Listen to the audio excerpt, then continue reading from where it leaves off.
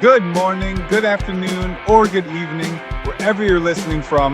My name is Eric, and this is the Five Head Podcast. Welcome, party people, to the 15th episode of the Five Head Podcast. The government is back open. So now what?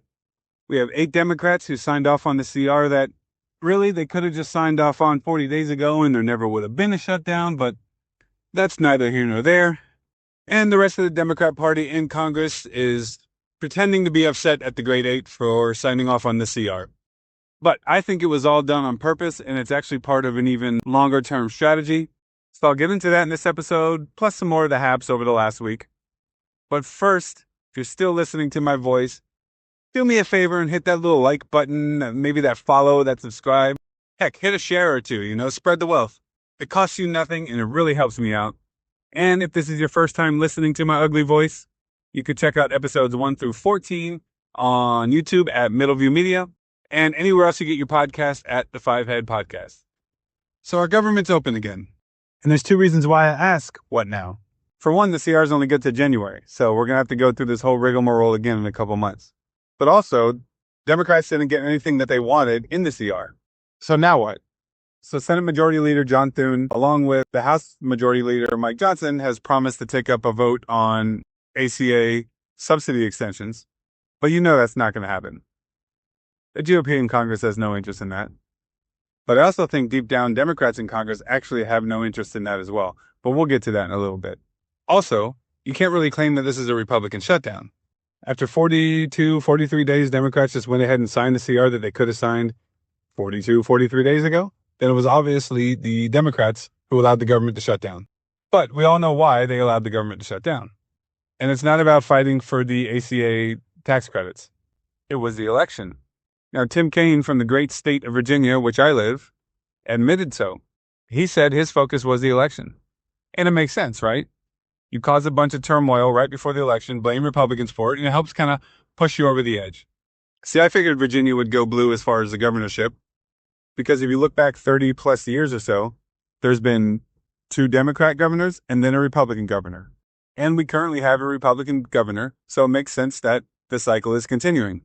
And as much as I talked about Jay Jones and the things that he said, which he's apologized for, I get it. But I knew that he was going to be voted for anyway because nobody mixes ballots. You're either voting red up and down the ballot or blue up and down the ballot.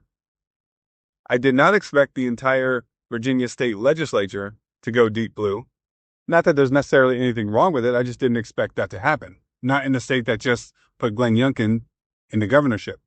But either way, Virginia went blue, it was kind of expected. New Jersey went blue, that was kind of expected. Mamdani went mayor of New York, that was kind of expected as well. And if it wasn't going to be him, it was going to be Cuomo anyway. And then there's a lot of other smaller elections or special elections that went on in different states across the country that were all won by Democrats. And that's partly thanks to the government shutdown. We play this game where Republicans control the House, the Senate, and the White House. If the government shuts down, it's their fault. Make demands for $1.5 trillion in spending, knowing the GOP is not going to add that to the CR. Government shuts down, blame Republicans. They played their cards for the election, and they won.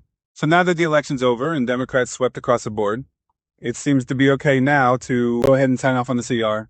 Let's take a couple months to see if we can negotiate ACA tax credits and SNAP benefits, etc., and we'll go from there. So that was the real reason Democrats let the government shut down. But anyway, it doesn't even matter, right? Water under the bridge, the government's back open now, everything's fine. But I don't think Democrats or Republicans actually want the ACA subsidies to be extended. I mean, we know Republicans don't want them to be extended. Republicans have been saying we need to repeal Obamacare, it's too expensive. ACA was forced onto everyone, whether you liked it or not, without a single Republican vote, by the way. And costs for healthcare have skyrocketed. Now, these enhanced subsidies that expired November 1st, so all of our healthcare costs are going up, weren't part of the original Affordable Care Act. They were added subsidies from the Inflation Reduction Act and the American Rescue Plan in 2022, and they set the expiration date to be November 1st, 2025. So I still don't see how you could say the healthcare crisis, meaning the cost of healthcare being unaffordable for everyone, is somehow the Republicans' fault. Republicans did not sign off on ACA, they didn't pass ACA, and they didn't add these subsidies, which are now expired, so we're going back to the true cost of ACA. But Republicans don't want the ACA subsidies to be extended because they want to show just how expensive ACA is so they get more support for repealing it. So overall, Republicans want to gain support to repeal ACA, to allow insurance companies to compete across state lines, and allow individuals to build their own personal plans with these insurance companies based on what they need, or even not have medical insurance if they feel like they don't need it. Keep it in the free market, let insurance companies compete across state lines, deregulate it, and the cost will come down. And on one hand, it's kind of true in the sense that anything that the government subsidizes grows in cost exponentially. It's proven over and over again. Student loans, healthcare, housing. Every time the government subsidizes something, the price for that to the consumer, to the individual, skyrockets. Now you might be thinking, well, that makes sense. Republicans wanted to repeal ACA since it was signed into law. But what about the Democrats? See, I think Democrats don't want the subsidies and tax credits for ACA to be extended either, as much as they're pretending to fight to have them extended. What the Chuck Schumers want, what the AOCs want, what the Bernie Sanders want, what the Jasmine Crockett's want, what the majority of congressional Democrats want is a national healthcare system.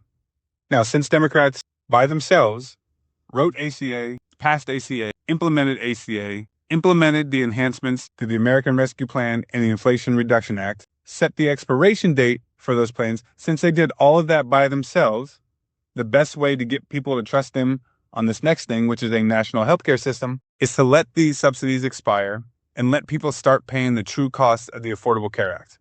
But Democrats have not been able to get mass buy-in for a national healthcare system up to this point, or at least up until ACA.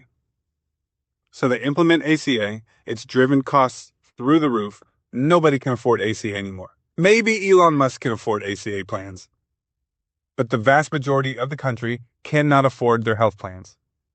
They can't afford the premiums on top of copays, on top of the out-of-pocket expenses that continue to rise. I mean, how many of you listening right now have paid month after month after month into a premium? You go to see the doctor for one thing, you get hit with a massive bill, and you think to yourself, what are my premiums even paying for? But anyway, I think that's what's going to end up happening.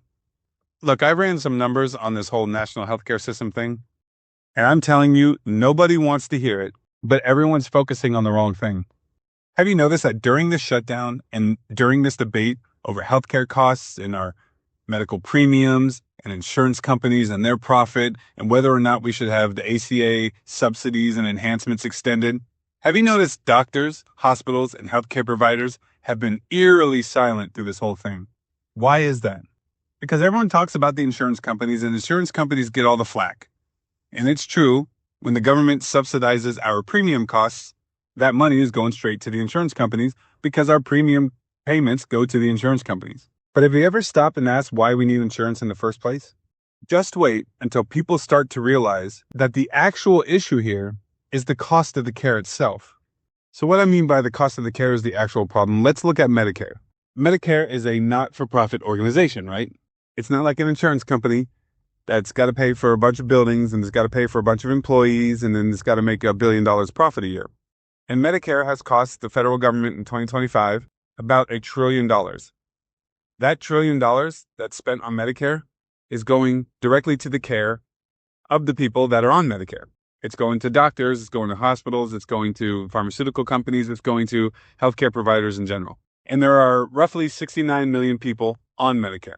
And what that equates to is about $1,200 a month per person on Medicare. So if you expanded Medicare to all, as is now, that'd be $1,200 a month per person. That means a family of 4 would have to pay $4,800 a month.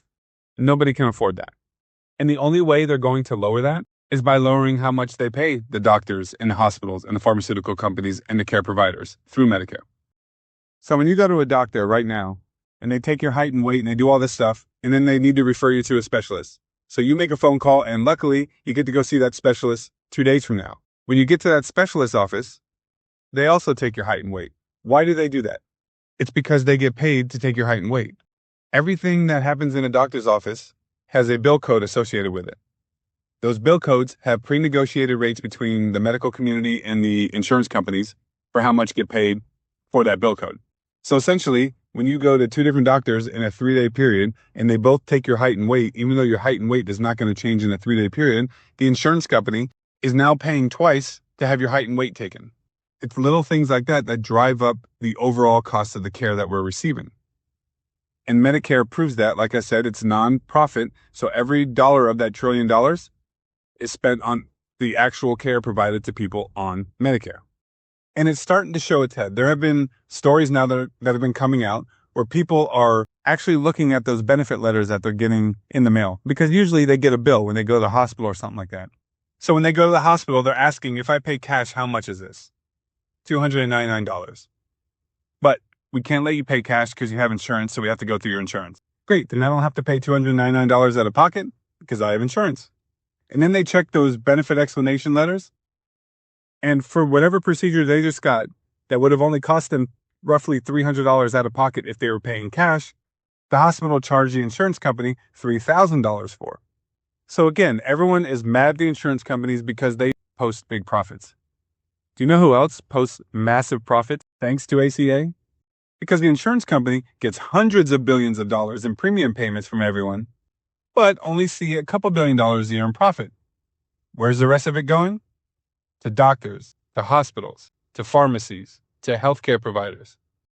The only way a national healthcare system is going to work, or a single-payer system like Medicare for all, is if the amount of money that doctors can charge for every little thing that they do when they see you is lowered, which means doctors and hospitals and healthcare providers are going to have to take less pay. That's the only way to make it affordable. It's the cost of the care that is the real issue.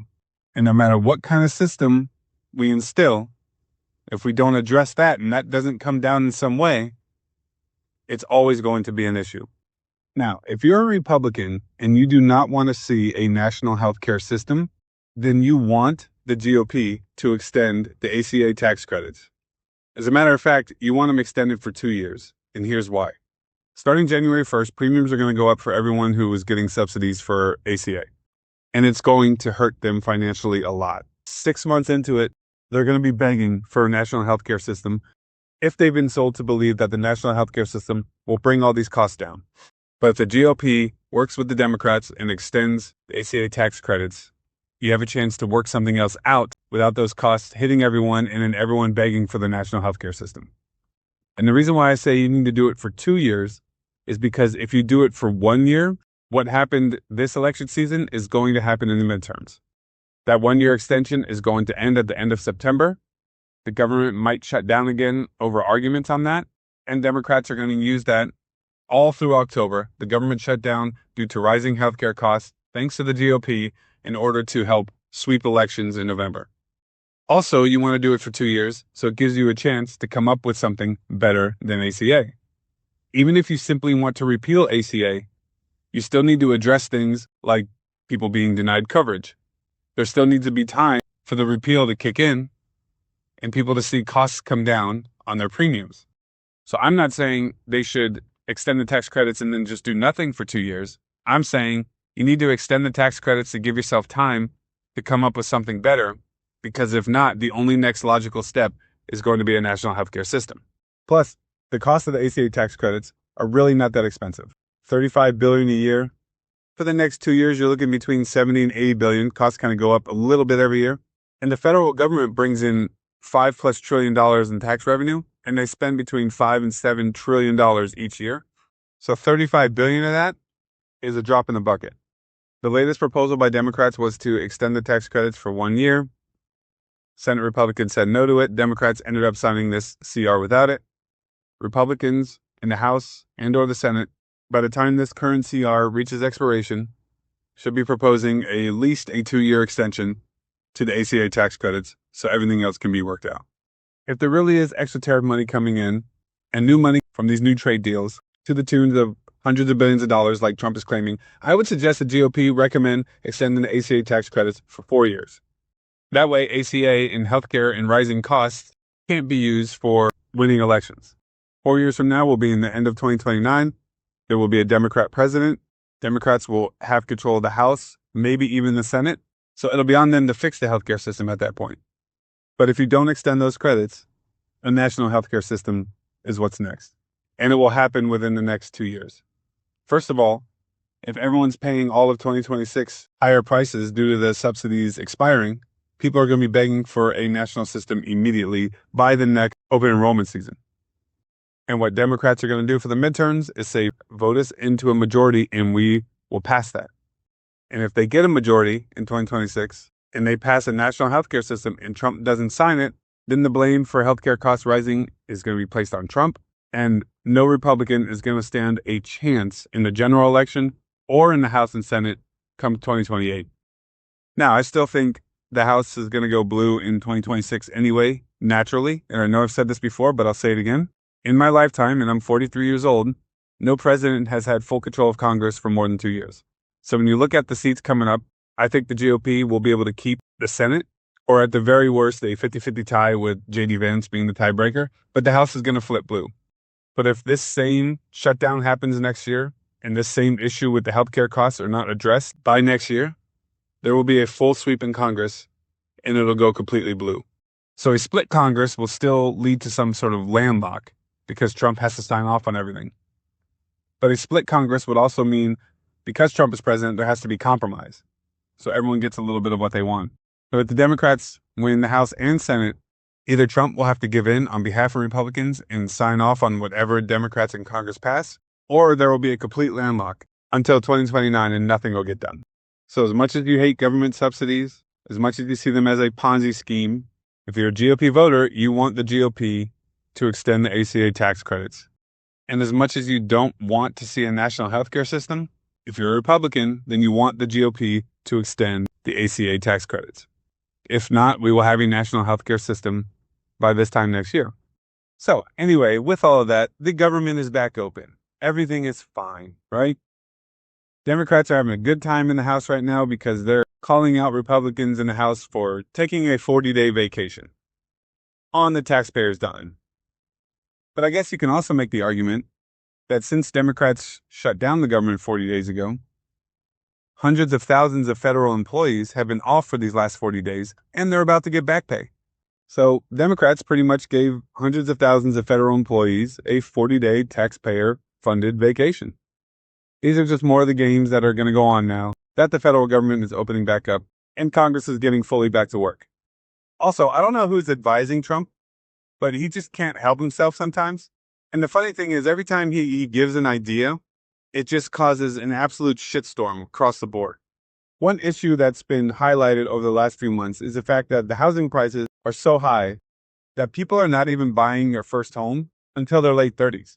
Average home buyer right now is about 40 years old. Now, there's a lot of things that actually contribute to that. I think the numbers are skewed a little bit. Over the last 10 or 15 years, every time you turn on social media, everyone is preaching that you need to buy real estate for rental income. So usually people in their 20s don't have the money to do that, or they just don't have the care to. They're spending their days going out drinking and having fun and on their next trip, going to college, whatever the case.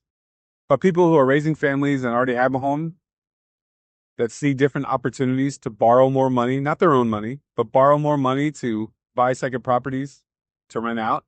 Like that was a trend for like the last 10 years. So of course, more people who have already established themselves a little bit in their careers, in their home life, in their families, have started taking that risk and buying property to see if they can make some rental income. So I think that's what kind of drives the numbers up to the average of like 40 years old. I don't think it's necessarily only people close to 40 years old are even buying primary residences. I just think that helps skew the numbers a little bit. But either way, throughout the last 4 or 5 years, even though the economy has fluctuated and inflation has gone up and down a little bit and up again, everything since the pandemic has been rough sledding from an economic standpoint. Housing prices are continuing to go up. Usually in economic downturn, housing prices start to go down. Less people are buying, which means sellers have to lower their price to try to entice buyers, and the prices start coming down. But we're in this weird state right now where less people are buying, but house prices continue to rise. And I think one of the main reasons less people are buying is because interest rates are so high. There's something like 40% of the houses that are owned right now are less than a 3% mortgage, thanks to the drop in interest rates during the pandemic and everyone refinancing. No one's buying a house and giving up their less than 3% interest rate on their current home. Why would you? Why would you sell your house, then use that money to buy the same priced house, but now you've got to pay $700 more a month because the interest rates are higher? It makes no sense. And people are complaining that over the last few years now, corporations and companies have bought way more single-family homes than individual people have. And they buy these homes and then they rent them out. And people say we need to ban corporations from being able to buy residential property like that. But the fault of that, to me, is the Fed won't lower these damn interest rates. You cannot afford to buy a home at a 7% interest rate. You can't. But you know who interest rates don't affect? The rich and corporations.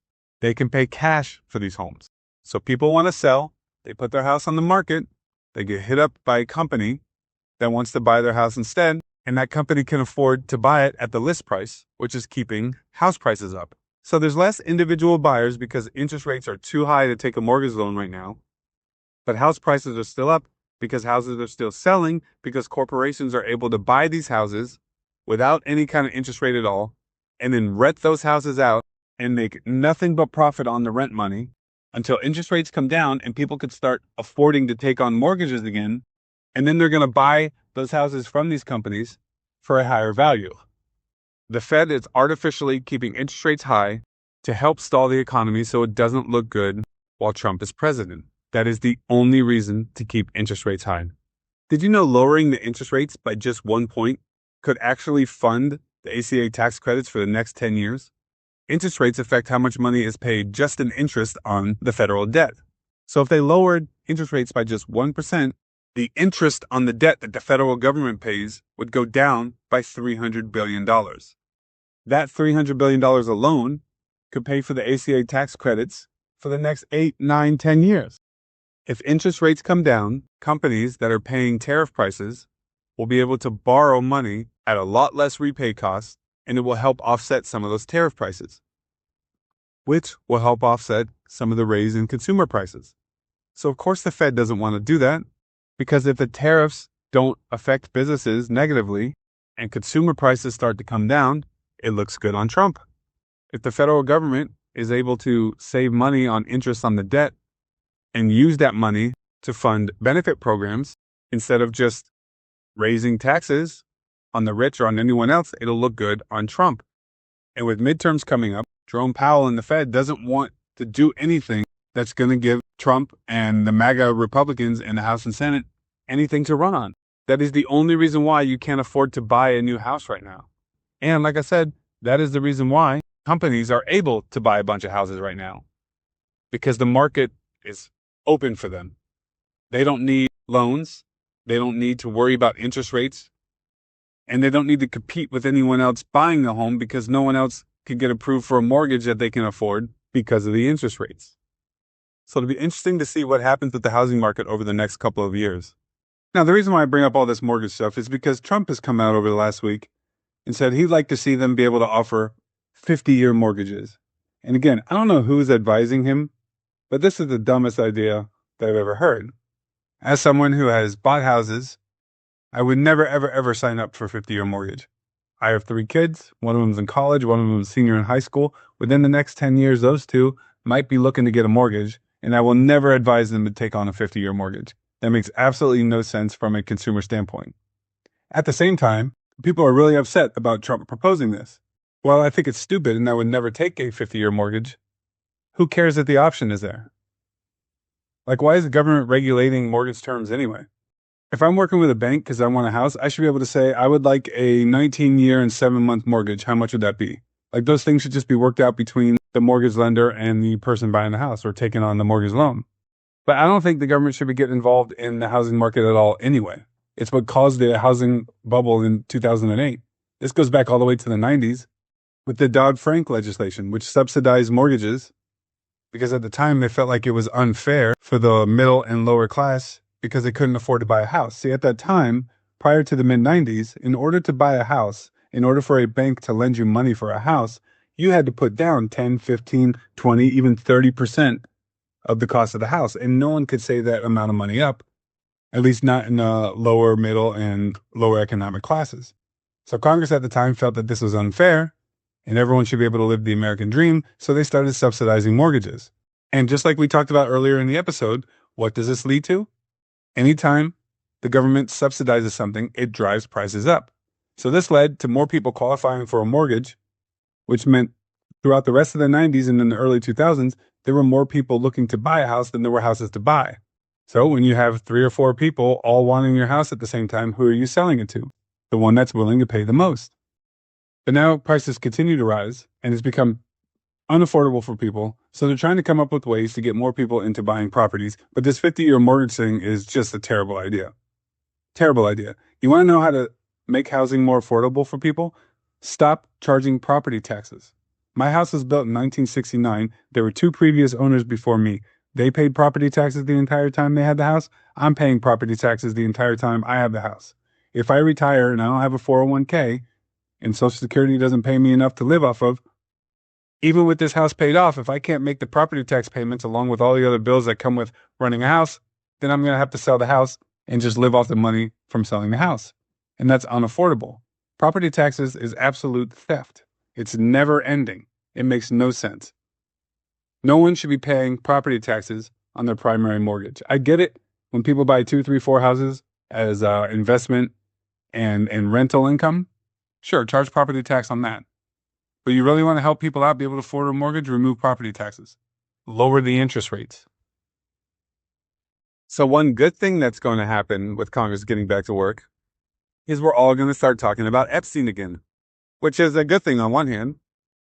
People were molested. They deserve justice for it. People should be behind bars for this stuff.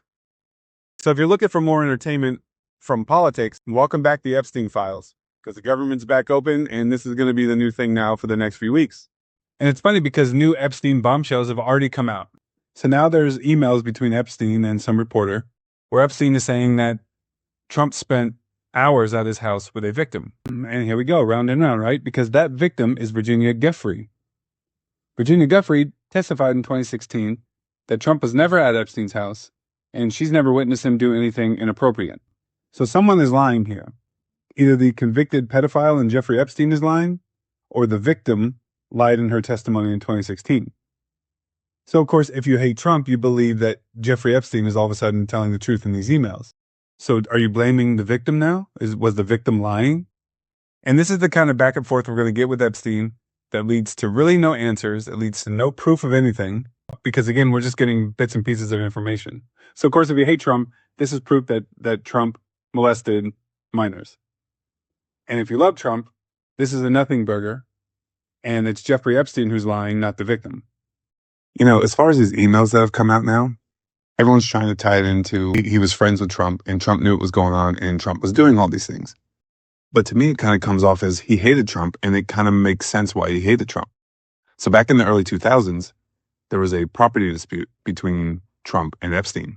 And it turns out when Epstein started getting investigated in that 2005 to 2008 timeframe, investigators say that Trump was the only one that would assist with that. Trump was the only one that would give any information to try to help them in their investigation into what he was possibly doing with underage girls, because it all started because someone reported that they've noticed girls continuously going in and out of Epstein's residence and they looked underage. And from what we all know about Trump, if you're in a dispute with him, he's going to go after you. So I think he only really helped the FBI because he wanted to win the property dispute. If Epstein would have backed off and let Trump have the property without there being any dispute at all, he probably wouldn't have talked to the FBI. But anyway, Trump assists the FBI when he was first investigated in the early 2000s. So Epstein loses that property battle with Trump. And then when Trump was president his first term, it was Trump's DOJ that arrested and charged Epstein. So of course, in emails since the early 2000s, Epstein is going to say Trump is evil. Epstein is going to say Trump doesn't have a decent cell in his body. But the thing is about these emails is it's not what everyone's looking for. If you're looking for a reason to have Trump impeached, they're going to do that anyway when Democrats take back the House in 2026. If you're looking for Trump to be put in jail for sexually assaulting minors, these emails don't prove that he sexually assaulted minors. I'm not saying he did. I'm not saying he didn't. I'm saying these emails don't prove that. Nothing that has come out through this Epstein case has proven that Trump has assaulted any minors through Epstein. And see, I talked about this when I first started my podcast back in June because Epstein was the big thing going on. Everyone wants to see the files. Everyone wants to see whose names are in the files. But there's going to be thousands of names in these files. Epstein was rich. He managed billionaires' money. He donated to political campaigns. He was in that circle. So he was at events, he was hosting events, he was in these high-profile circles. When they're investigating Epstein in his life, they're going to talk to anyone who's ever even been in the same room as him. If you've ever played golf at a country club and he happened to be a member of that country club, your name's going to be in the files because during the investigation of him, they would have wanted to talk to you to build character on Epstein. So at some point when every single file is made public, there's going to be thousands of names in the files. That's not what you're looking for. What you're looking for is a list of names backed by actual evidence that they assaulted women and minors. And we've not seen any list of names like that. However, what I've also said before, and I'll say it again now, the next worst thing to being someone who has assaulted women and minors through Epstein, or anyone, is being someone who knew about it and didn't say anything. That's what I think the bigger story is once these files are released. I know everyone is licking their chops because they believe the politicians they don't like the most, the rich people they don't like the most, and the actors and actresses that they don't like the most, they are on a list somewhere in the Epstein files, backed by evidence that they were just lined up outside of Jeffrey Epstein's house, rubbing their hands and licking their chops, waiting to take their turn to sexually assault a minor. I don't think you're going to find that list of names at all. I think what is going to come out is that people who he managed money for, politicians who he donated campaign funding to, people that he hung out with and took pictures with in these social circles, because that's what you do in these circles. You go to a billionaire party, you take pictures with people, you talk to people. I think what we're going to find out is a lot of these people that became associated with Jeffrey Epstein or his companies in some way started to realize what he was doing, and instead of reporting it, ignored it. And that's almost as bad as being someone who is assaulting these minors. Like, for example, if your neighbor was assaulting minors in his home and you didn't know about it at all, you had no idea, and the police come one day because there was an investigation and you're looking out your window and you're like, what is going on over there? And your neighbor's being arrested for it, and they come talk to you, you're not in trouble. You didn't assault any minors. Your neighbor did. You had no idea it was happening. However, if your neighbor is assaulting minors and you know about it and you're not reporting it, the second you found out about it and didn't say anything, you're kind of an accomplice at that point. Every single minor that was assaulted after you knew about it and didn't report it is partly your fault.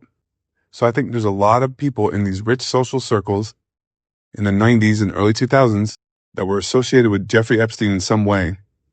And at some point, they realized what was happening, and maybe they put two and two together. And instead of immediately calling authorities to have that looked into, they decided to quietly disassociate themselves. And I can kind of get it because, like, let's say you're a politician and Jeffrey Epstein donated to your campaign. And after donating to your campaign, he invited you to one of the events he was putting on, some gala, some party. So because he donated to your campaign, you're like, okay, we'll go. You get dressed up, you go, maybe you say a few words, take some pictures smiling with him. And then months later, you're at another event that he hosted, and it's at his residence, and you're noticing different underage girls in and out. And you start to put two and two together, and you're like, uh-oh. Now you have a decision to make. Because if you go to the authorities right now to have him investigated, first of all, if it's not true, if he's not doing anything wrong, he's going to try to seek retribution from you. And that's just a PR nightmare. But if you go to the authorities and it turns out he was doing something wrong, what you noticed was correct, now as a politician, there's pictures of you with him, there's video of you speaking at his event, you accepted campaign funding from him. It's just from a PR standpoint, it's easy for that to be politically career-ending. And so at that point, you have to make a decision. I can risk all of that, or I can disassociate myself with him now that I feel like he's doing something with these girls. Distance yourself, disassociate with him, and just hope it goes away. Or hope that if he ever gets caught doing it, your name's not listed as someone who was associated with him. And I think that's the bigger thing here. I think there's a lot of people just naturally in the social circles he was in that are rich and famous and in the political realm that associated with him and realized what he was doing but didn't say anything. Just hoped it would go away and that they wouldn't be associated with him if it ever came out. I think that's more likely what we're going to find when these Epstein files finally all get released than a list of people that we don't like with evidence showing that they actually committed assault and rape on these women and minors. So round and round we'll go with the Epstein files. But these last few emails that were released where Epstein is talking about Trump, if you hate Trump, it's not going to lead to him being arrested, charged, and convicted with assaulting minors. It may lead to an impeachment in the House after 2026, but you have to already be confident that when Democrats win the House in 2026, they're going to find a way to impeach him anyway. It doesn't remove him from office unless the Senate votes to remove him. It doesn't take any of his power away, and it's definitely not going to land him in jail for assaulting anyone. Not these emails. This isn't evidence of an actual crime. So we will see where all this goes as people comb through these files and start releasing more stuff. So the election's over, the government's back open, healthcare costs are skyrocketing, and the Epstein files are back. It's going to be a juicy holiday season on the political front. Anyways, that's the episode this week. I hope you enjoyed listening. If you have any questions, comments, debates, go ahead and drop those in the comments wherever you're listening, or email me at eric.middleviewmedia@gmail.com, and I will try to address them in the next episode. Thank you guys for listening. Five Head out.